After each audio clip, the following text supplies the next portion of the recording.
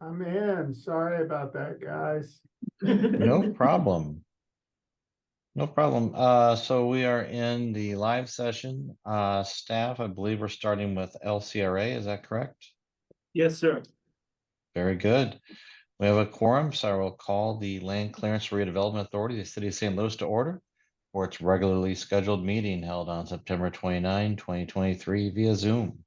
May we have a roll call, please? Commissioner Spencer, Present. Commissioner Jones, not present. Commissioner Anderson Present. and Chair McBride. Present. You have a quorum with 3 present and 1 absent.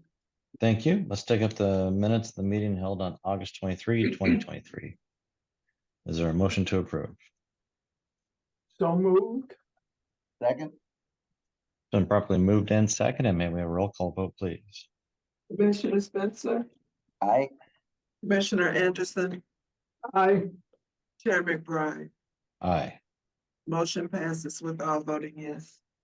Thank you. Looks like we have 6 items on this agenda. Is there any guests that we want to take care of first? No, they all have guests for the most part, so we may best just go down the list. Then we will take it from the top. Let's see, then we'll take up 23 LCRA 10809. And I understand that we received the, yes, we received the resolution on that just a few minutes ago. So that relates to PCL Abusi LP as redeveloper of the property on Ridgewood Avenue. Zach, will you walk us through this, please? Yes, sir. This resolution is designate PCL Abusi LP as developer of all property located in the 4627 through 4635 Ridgewood Avenue area, redevelopment area. This ordinance was passed back in July 24th, 2020. It was ordinance 171206. It's basically been senior apartments since it has been built. The current owner wants to renovate the units, the 273 units, 1 to 2 bedrooms at a cost of $64 million. They're using LIHTC funding and other private sources.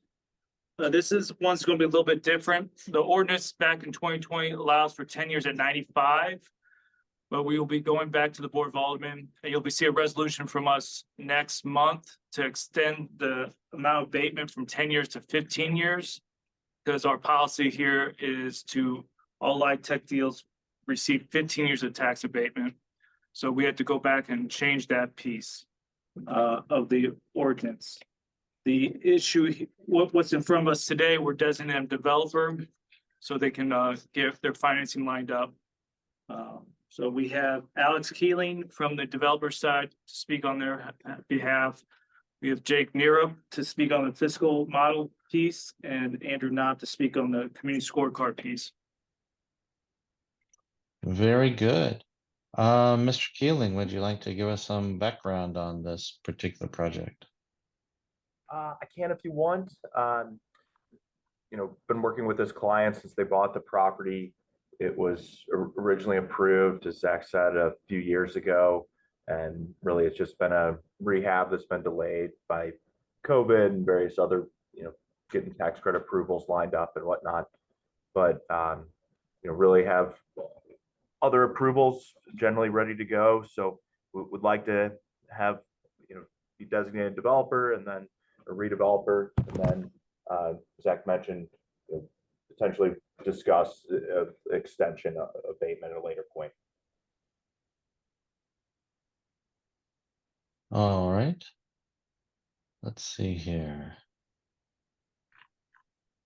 And let's move on to, we might have some questions for you after the staff presents Mr. Keeling, but let's go on to the community benefit scorecard. Andrew, could you walk us through that, please? Definitely, sir. Can we go to the next slide? Thank you. All right, so we ended with 56 points here, which puts it into tier 3, making it eligible for the 15 years of abatement that Zach referenced. And so, our policy is to do this, and it works out well with other scores. The majority of the points just come from the deep affordability that this project has. So All units are affordable at 50% AMI, 40 points from that. Sizable investment of over 64 million, 6 points from that. This is located in an economic justice index 4 area, so a stronger market, but not the strongest, 5 points. It is within a quarter mile of a bus stop, 3 points for that transit access, and then they are, as has been mentioned, using LIHTC credits. I think I have a typo there. It should be, oh no, they are using state and federal historic as well as LIHTC, so 2 points are outside funding. So, basically the main benefit up here is preserving affordable housing in a stronger market for seniors, with some transit access and other things. So questions if anybody has them. Any questions for Andrew on the community benefit scorecard? Andrew, I've got a quick one, just for our edification, on the affordable housing points. Is that extra 10 points, based on 30% AMI or lower? Or is it just 50% AMI or lower? Yeah, so in this case, it's that if you have 50% or more of units affordable at 60% AMI or below, you get those 40 points. So Okay. basically just the high concentration of, more deeply affordable housing gets you to the 40. Then how do you get to the 50? 50 is at the 30% AMI level, so 50% or more at 30% AMI. Great, thank you.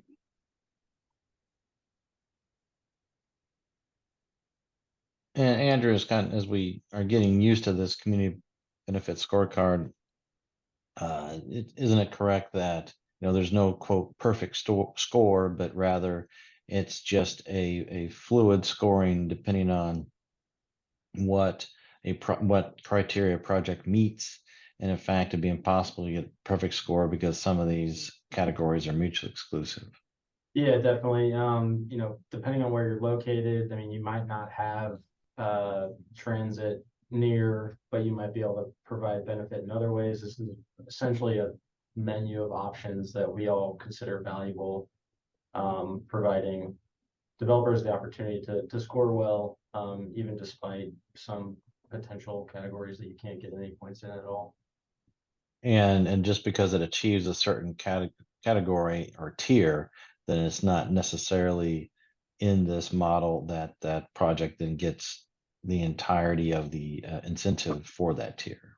Yeah, we're just establishing a ceiling, and then Jake will, after me, typically talk about why we are at the specific abatement level recommended. We kind of just dial it in with the financials.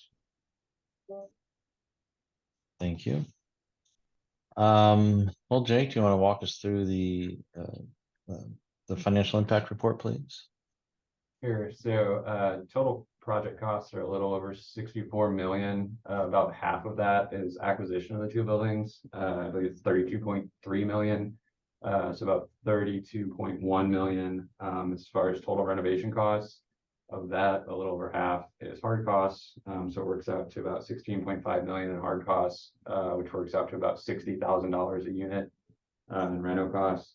There's 273 total units. The vast majority of those are one bedroom, 267 of them, but they're all supported by project-based rental assistance. So the contract rents for the property will increase as a result of the renovation, but I'm assuming tenant contributions will remain the same, and no tenants will be displaced from the units. The building has base taxes currently of about 185,000, I should say buildings plural. Base taxes about 185,000. We expect that to increase to about 221,000 during the abatement period. That's an average over the full 15 years, and about 325,000 after the end of the abatement period.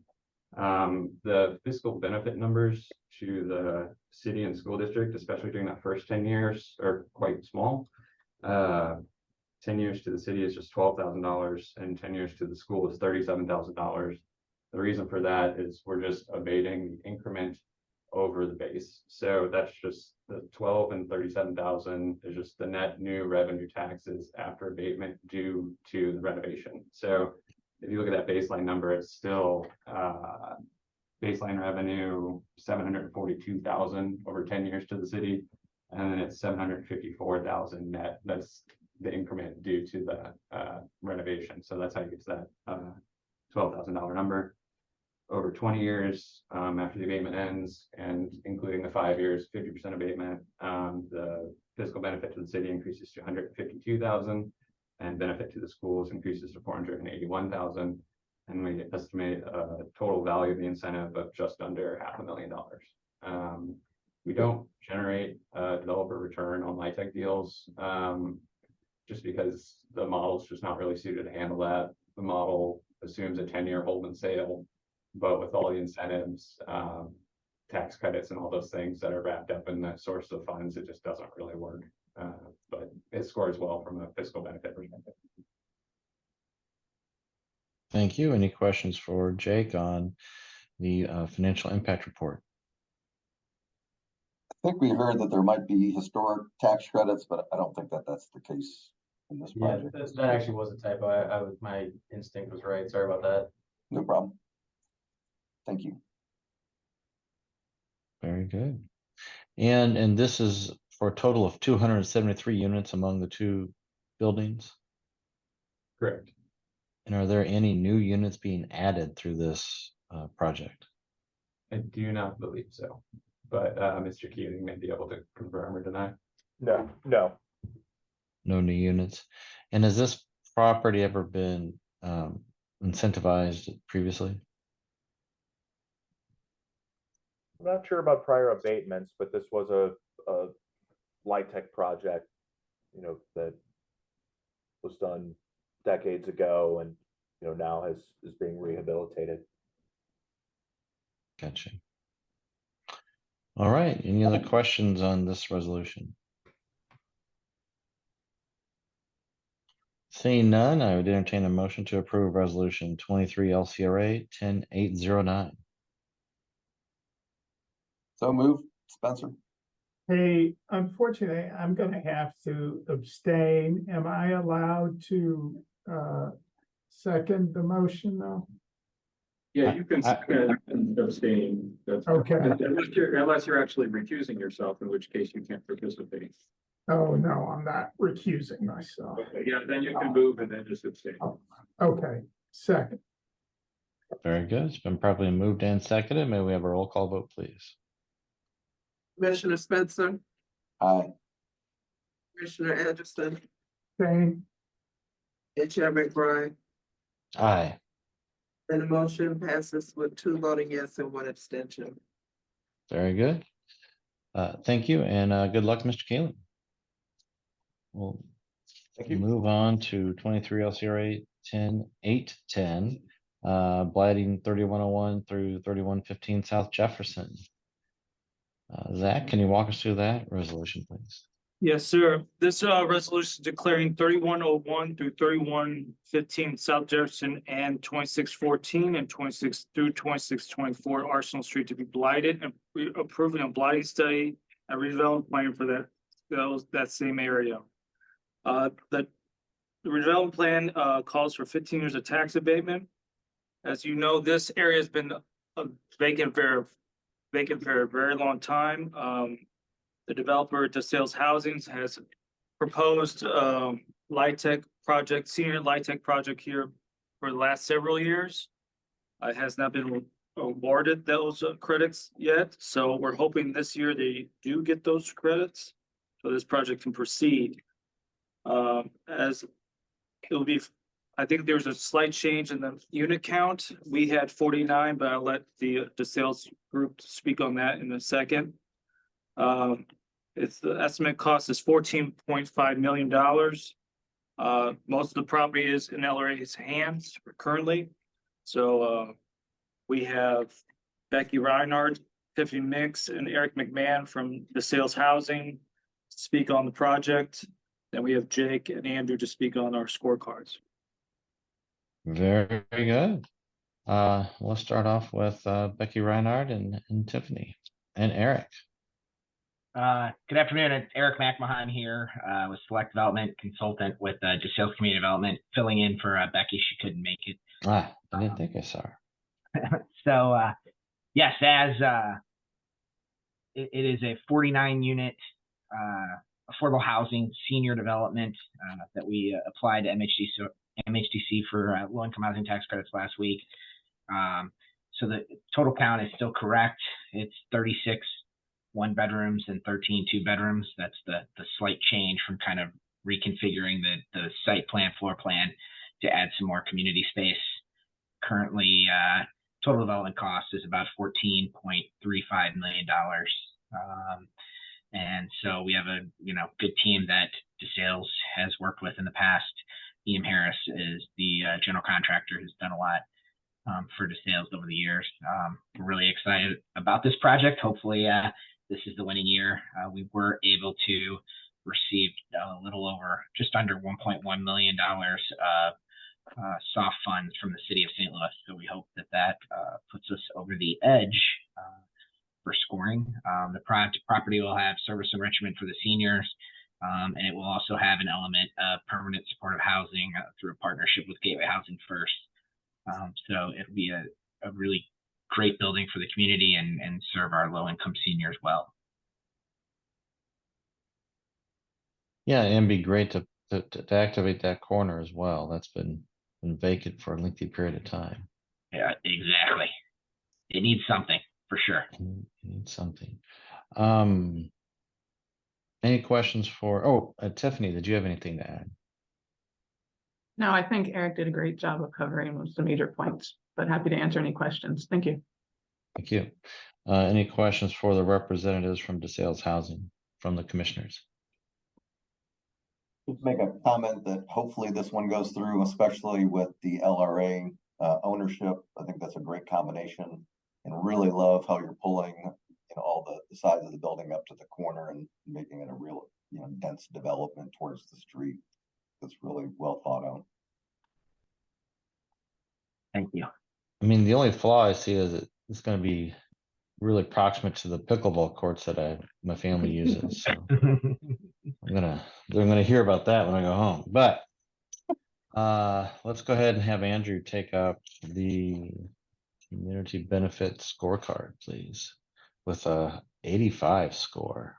Yeah, and actually I'm realizing that there's 5 more points that for LRA ownership this should get. So obviously very high scoring project. It has a lot of benefits. So all the units are gonna be affordable at 50% AMI, senior affordable, just like in the last project, 40 points for that. This is located in a little bit more weaker of a market, so more need, but also opportunity. 20 points for that. It's literally right where the proposed north-south Metrolink station will be. So, if that occurs, this would theoretically provide good transit access for the people living there.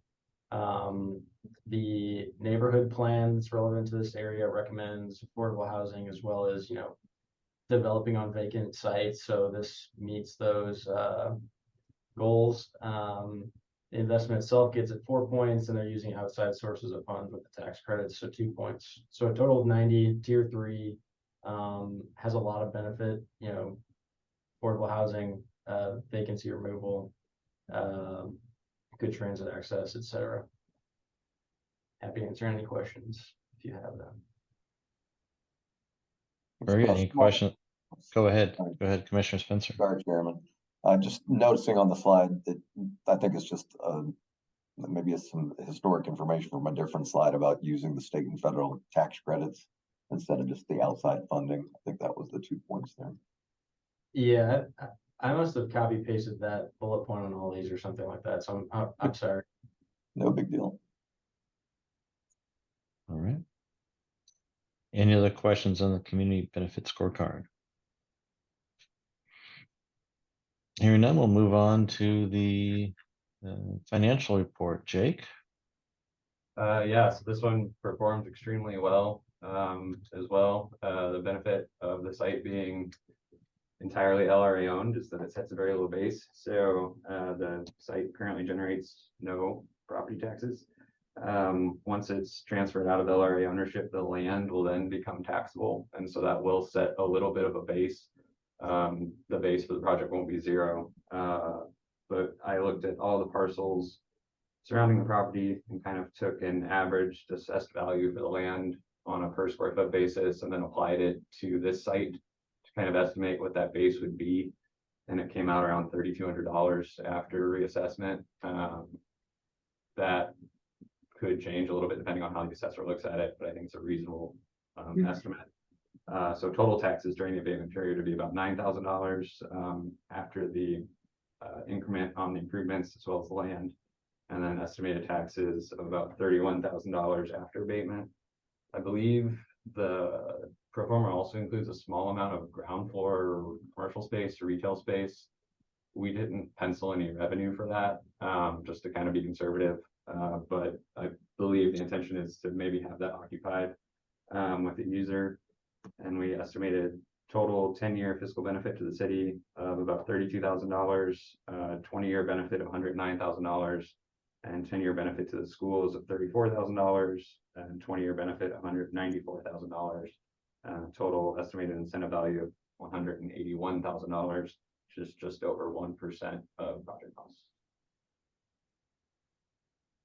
Very good. And you detailed out the MWBE impacts in this financial impact report as well.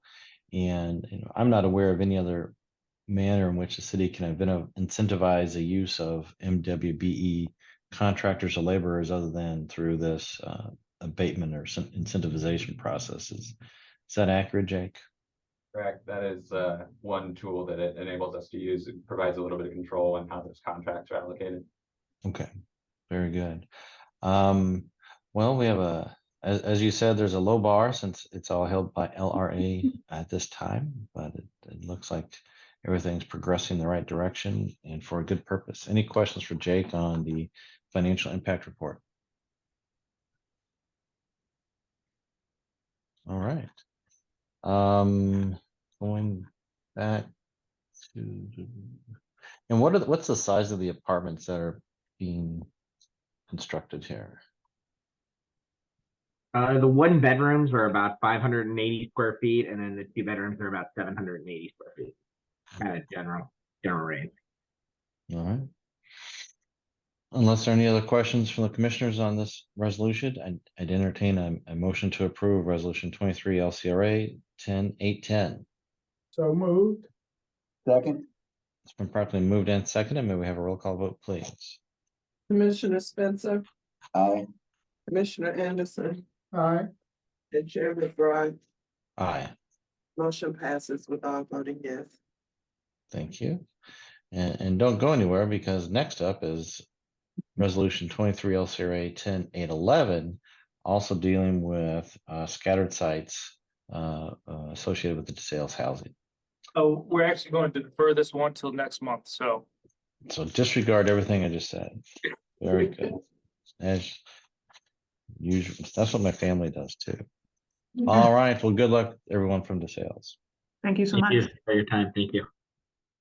Then we'll move on to 23 LCRA 10812, designating Marquette Homes Partners LP as developer. Yes, sir. This resolution designating Marquette Home Partners LP as developer for a scarce site redevelopment plan that's located in multiple neighborhoods, Dutchtown and Greenwood Park, I believe, are those two. They are producing 60 affordable housing units. 6 buildings will be renovated. The rest of the units will be new infill housing. It's currently at the Board of Aldermen. You just recently viewed this project not too long ago. It's a very exciting project. 2 large buildings, the one on Melba Theater on Grand and a very large building on Merrimack are going to be renovated. So there'll be major wins for the city and the neighborhood groups. We got Mark Spikerman to speak on the issuing of taxable bonds or the sales tax exemption for construction materials. Speak on that part. We got Jess Henry from RIDE to give you an update on where everything stands. I'll let you start asking your questions on those 2 individuals. Very good. Well, we'll start out with Ms. Henry. If you can just kind of give us some more color on this project and where we're at and what's going into these properties. Sure. Good afternoon, everyone. Thanks for having this on the agenda today. We're very excited, on track to close before the end of the year. We have secured all of our financing. As previously just stated, tax abatement is moving forward and is close to being secured. The project. Well, that's through us. Yes, yes. The project, what was I gonna say? Oh, we've gone out to bid, we have construction numbers, so we are just very close to closing. Things should come into place over the next 6 weeks or so. Outstanding. And is there gonna be any commercial component to any of these projects? We do have a limited amount of commercial space in 3305 Merrimack, about 600, 700 square feet on the first floor of the old storefront. And then just under 6,000 square feet in 3600 South Grand. We have not programmed that out. It'll be white boxed as part of this initial housing development. And hopefully, as we wind down the housing construction, we'll turn our attention to programming that commercial space, finding suitable users who can do tenant improvements, etc. Very good. Any questions for Miss Henry on this from the commissioners? Thank you. We'll move on to Mr. Sparkerman, who has turned on his video camera, alerting me that I need to call on him. And so if you would walk us through your piece of this for the taxable industrial revenue bonds. Thank you, Commissioner Frye. As you may recall on other projects, typically the industrial revenue bond process is done over 2 meetings. As part of the developer designation, there is a statement in that resolution stating the LCRA's intent to participate in the transaction. Assuming that is adopted, we then proceed with preparing all the bond documents and come back at a later meeting for final approval of those bond documents. And those bonds, just like on other projects, are special limited obligations payable only from lease revenues paid by the developer, not from any city tax dollars. And we do ask that the developer track the use of the sales tax exemption incentive as we continue to gather data. And let's see, and this is for an incentive of 10 years at 90% and then the following 5 years at 50%, correct? That is correct. Yes, sir. Yes. Trying to see. When I was taking notes, I also saw a reference to Washington Avenue. That must be the next resolution. I thought they're conflated. There's I'm 2 not seeing it coming now. up. Yeah. Okay, I must have my notes must be conflated. Good, that means we don't have to correct anything. Any questions for Mr. Spikerman on the taxable industrial revenue bonds?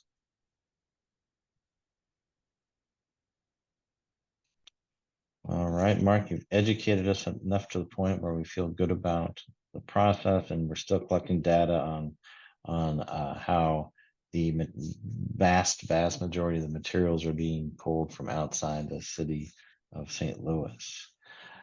Let's see here. And we have a community benefit scorecard for this project. Is that correct? Yeah, we do. Do you want me to go through it all again? And we went through this at the last. If you could just hit the highest of points, that'd be great. Because we have gone through this previously on the first step of the process. Yeah, so deep affordability, LRA properties in an area of high need and opportunity, transit access, vacant buildings near commercial corridors, pretty much checks all the boxes. Very good. And then do we have a similar financial report or financial impact report on this? And we just do a quick summary of this, Jake. Yeah, I believe, well, we have total fiscal benefit of 17,000. Well, there's been no changes since we last went through this, correct? Right. I was looking for the base taxes and projected taxes after abatement numbers, but I think that's actually hidden. This is an old format of the dashboard. I believe it's hidden. Yeah. But I think memory serves me correct, the taxes after abatement are around $50,000, and the base taxes are substantially below that. Yeah, Jake, that point really stuck out to me. Is that because of one building like the arcade, or how's it getting up there? No, I mean, it's 60 units total. And so The land tax on each, what's that? the land tax on each property, it just. Right, and so the model's a little bit, it's not unique, but the model is using an income approach to estimate taxes, so it is capping an NOI. And so it sees each of those units contributing to the NOI, and then it's tax or capping that to get to an estimate of the taxes. I think it can be a little bit aggressive for a Okay. light tech project, because the light tech isn't always assessed on a straight income approach the way that a market rate property would be. And obviously it's complicated by the fact that light tech properties have, below market rents and higher than average expenses, but I think it's almost a little too detailed sometimes. It's the bizarro world of real estate we live in. Correct. Thank you. And also, Jake, this was on the previous model, correct? This is the new model, but a previous iteration of the dashboard. So now we have a set of tables in the middle, basically between these two columns, that summarize MWBE impacts. It summarizes the base and projected taxes, and it summarizes payroll and earnings taxes as well. We just dump more information onto the dashboard for everyone. Very good. All right, any questions for our, let's see, Jake, Andrew, or Mr. Spikerman from the commissioners? Hearing none, I'd entertain a motion to approve resolution 23 LCRA 10-812. So move. Second, request a previous roll. Been properly moved and seconded with the request for previous roll. Is there any objection to that request? Hearing none, motion passes and the resolution is approved. Good luck. Thank you. All right, now we'll move on to resolution 23 LCRA 10-813 relating to taxable revenue bonds for 2125 through 2151 Locust and 2106 through 2108 Washington. That's the one that they're together. Okay. Well, anyway, let's go through 10-813, Zach. Yes, sir. This is the first resolution in this back-to-back resolutions is for the locus address of 2125 through 2151 Locust Street. It is in the 2011 through 2125 Locust Street and 2106, 2128 Washington Avenue redevelopment area. So as you do recall, this was from you maybe a couple of years ago, or about 18 months ago, maybe, I believe. February this year, Zach. Thank you. You got it. Maybe It's been a long year. Yeah, feels longer. Yes, thank you so much. So there's one area that will have 5 different projects within that area. And this one's the first one where we have already designated these areas as for them to be designate developers. So this is the second step in the issuance of the revenue bonds. So just a reminder, what this piece of the project is 63 apartments and 4,000 square feet of commercial space. We approved 10 years at 90% for this piece, this phase. 7 of the units will be at 60% AMI. I believe these are all the rehabs of the older buildings. We have Mark Spikerman and go over the piece of the issuing of the revenue bonds, and we got Eric Hamilton to speak on behalf of the developer. We may also have Brian Pratt, maybe on the phone also. I believe we have Brian Pratt. Someone's doing a good impression of Brian Pratt. Would Mr. Hamilton, Mr. Pratt bring us up to speed on where we're at on this project? Brian, I can let you take if you want, but I thought the setup that we received already was pretty good. This is just an implementation of resolution 23 LCRA 10-759 from February of this year, where there was the expression of the interest, and we're just now finishing that part off. But Brian, any update that you want to provide? Yeah, I think just a clarification, And A little hard Brian, to hear you're, you, Brian. yeah,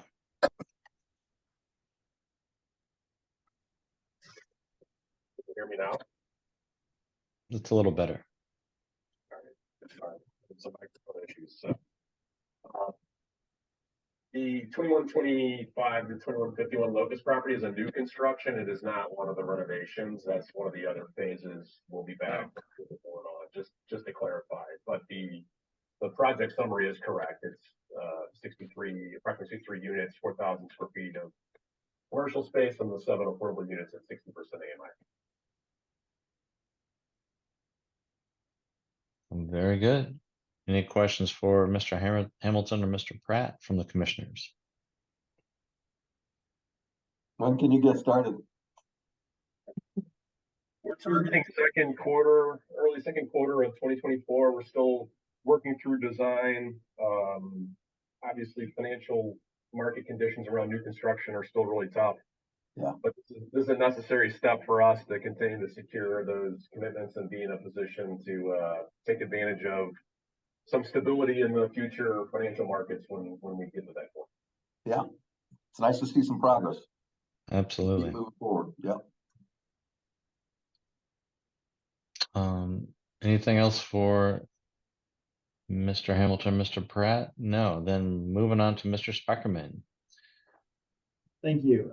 This is the second step of the two-step approval process. So this is actually approving the final bond documents. And I'll just note the reason why there are two resolutions before you for two of the projects, even though it's a single redevelopment area, is each of those projects and the three additional projects from the redevelopment area will all be financed individually, so they have to have their own separate set of bond documents. So are there going to be three more bond documents coming down the pike at some point? Yeah, as they move, there's 5 projects within the redevelopment area. This is the first one. Your next resolution is the second one, and at some time in the future, the other 3 will come forward. Very good. And the amounts that we're asking for in this particular resolution, Mark? 20,250,000, which is the anticipated project cost. Okay. Very good. Any questions for Mr. Speckerman on this resolution? Hearing none, I'd entertain a motion to approve resolution 23 LCRA 813, excuse me, 10-813. So move using previous rule. Second. Properly moved and seconded. Is there any objection to the request for previous rule? Hearing none, the motion passes and the resolution is approved. All right, then for the next resolution, which is the next building in this redevelopment area, we will take up 23 LCRA 10-814.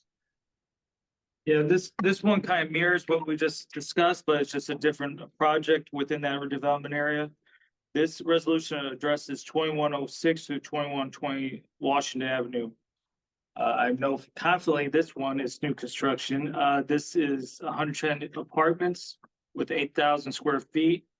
And there'll be a parking garage tied to it also with the 415 parking spaces. We approved 10 years at 90%. 11 of the apartments will be 60% AMI. And the bond amount is a little over $40.5 million. We have the same party here to speak, Mark Sparkman for the bond documents, and Gary Hamilton and Brian Pratt to speak on the development. Very good. Let's switch this up and I'll have Garrick take everything Brian said, and Brian, you take everything Garrick said. No, I don't, unless there's anything. I don't know how to take that. I guess just to orient you, the location is the north half of what you see there in the lower left-hand corner. It's the north half of that development site. Very good. Is there anything to add to this particular property and development that we didn't discuss in the previous one? Not that I'm aware of. Brian, I'll let you, Add unless there's any questions. I don't, any questions on this resolution from the commissioners for Mr. Hamilton, Mr. Pratt? Nope. Very good. Mr. Spikerman, back to you.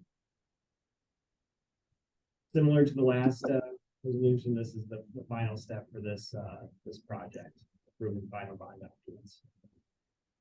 And it's about 20 million more, but also we're looking at new construction. Yeah. Correct. Very good. All right. If there are any questions for Mr. Spikerman from the commissioners? Seeing none, I'd entertain a motion to approve resolution 23 LCRA 10-814. So moved, request for previous roll? Second. Properly moved and seconded with previous roll requested. Is there any objection to that request? Hearing none, motion passes and the resolution is approved. All right, good luck, gentlemen. thank you. Let's see, I'm gonna move back up to my agenda.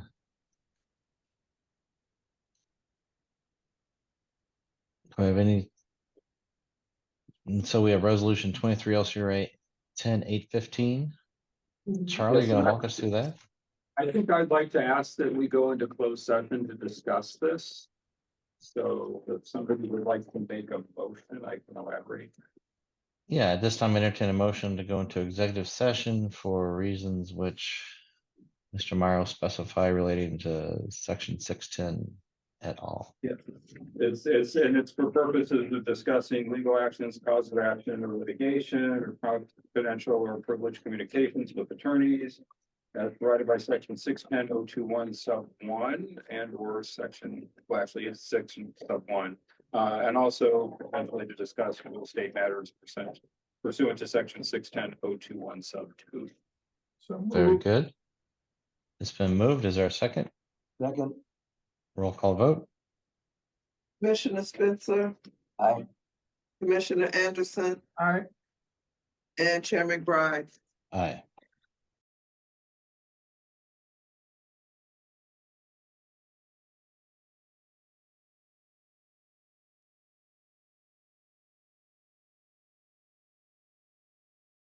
All right. Linda, may we have a roll call of us coming back? Commissioner Spencer, Present. Commissioner Jones, Present. Commissioner Anderson, Present. Chair McBride. Present. You have a forum with 4 present. Thank you. And now we're taking up, or retaking up, or continuing to take up resolution 23 LCRA 10-5-815. Let me say that again. 23 LCRA 10-815. Charlie? You're gonna Yeah, walk I'm us gonna through. let David talk to it later, Chair. All Take right, this you're one. deferring to David. Passed over to me. So, this resolution authorizes further extensions of a $5 million obligation payable to the Missouri Development Finance Board and an existing $5 million note receivable from 600 Leverage Inc. related to an office tower at 600 Washington Avenue, formerly known as One City Center. This is a similar resolution as you have seen, 4 or 5 times previously, authorizing this time a further extension for 1 year of this obligation with a principal payment at this time of $485,000. The extension fees, legal fees also to be covered. Maturity date would now be September 30th of 2024 at a 6% interest rate. And we would, if you approve this resolution, work with MDFB to put all documents in place expeditiously to, again, extend this arrangement out for 1 further year. To answer any questions. All right. Any questions for Mr. Meyer?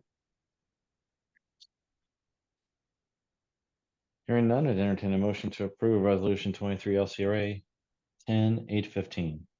So moved. Second. Probably moved and seconded. May we have a roll call vote, please? Commissioner Spencer, Aye. Commissioner Jones, Aye. Commissioner Anderson, Aye. and Chair McBride. Aye, Motion passes with all voting yes. very good. And is there anything else on open agenda? No, sir. Then at this time, I entertain a motion to adjourn. So moved. Second. We are adjourned.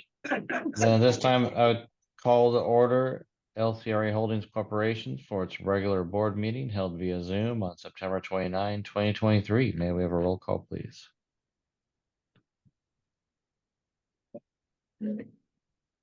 Oh, I'm sorry.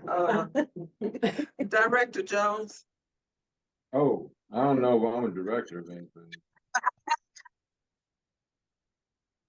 serious? I'm sure I'm not director of anything. Oh, well, for this board you are. So Director Jones, I don't even have the agenda for this meeting. Luckily, it's a quick one. give us a Okay, thumbs. present. Director Spencer, Present. Director Anderson, Present. and Director McBride. Present. We have a quorum of 4 present. Thank you. At this time, I take up approval of minutes for a meeting held on August 23, 2023. Second. May we have a roll call vote? Director Jones, Aye. Director Spencer, Aye. Director Anderson, Aye. and Director McBride. Aye. Motion passes with all voting yes. Thank you. We'll take up resolution 23 LCRA HC 94 relating to authorizing the option of properties from the LRA. Miss Wright, will you take it away? It's David this time. Oh, do you want me to do this? No, I'll do it. Okay, yeah, ma'am. Resolution, okay, this resolution authorizing is the approval to auction the properties listed on the tax exhibit A from the Land Realization Authority of the City of St. Louis, Missouri to LCRA Holdings Corporation. The funds to acquire these properties came from the LRA scatter site. These are properties that are on hold for the Community Development Agency. And all it is that we're updating the list. We're not changing any dates or anything. Okay. We're just updating the addresses on the list. Yeah, I'm just pretty clear. So all the property that was previously optioned remains optioned. We just had a few extra parcels that needed to be added to the list that were intended to have been there. Yes, when we switch to the new system. Right, so this is the same resolution you passed several times before with a Okay. updated list. I should add, the updated list is shorter because some properties have been sold in the interim. Very good. Any questions on this resolution, commissioners? Just one, the list here is all of the properties or just the new ones? From the last. They're all, well, they're all of the properties. Okay, We haven't had any new ones. okay, I thought that there were some ones that may have been missed before that were added to this list. It were some that were missed before because of the transferring from our old system to the new city system. Okay, So they're not exactly new, but they're new to this list. got it. Thank you. Right, they were acquired by LRA and previously optioned to Operation Impact for many years. Many years. Many years. They just did not get transferred over into the new option with LCRA Holdings. Okay.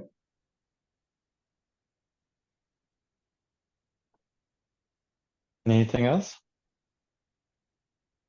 If there are no further questions, I'd entertain a motion to approve resolution 23 LCRA HC 94.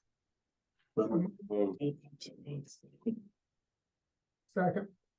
Moved and seconded. May I have a roll call vote, please? Director Jones, Aye. Director Spencer, Aye. Director Anderson, Aye. Director McBride. Aye. Motion passes with all voting yes. Thank you. Anything in open agenda? No, sir. Outstanding. Well, we appreciate everything the staff is doing and for these meetings when I first came to the board used to be 2.5, 3 hours. So it's just getting my stamina back. Throw back. But thank you all. And at this time, I would entertain a motion to adjourn. So moved. Second. Have a Moved good and weekend, seconded. everybody. We are adjourned. Take care.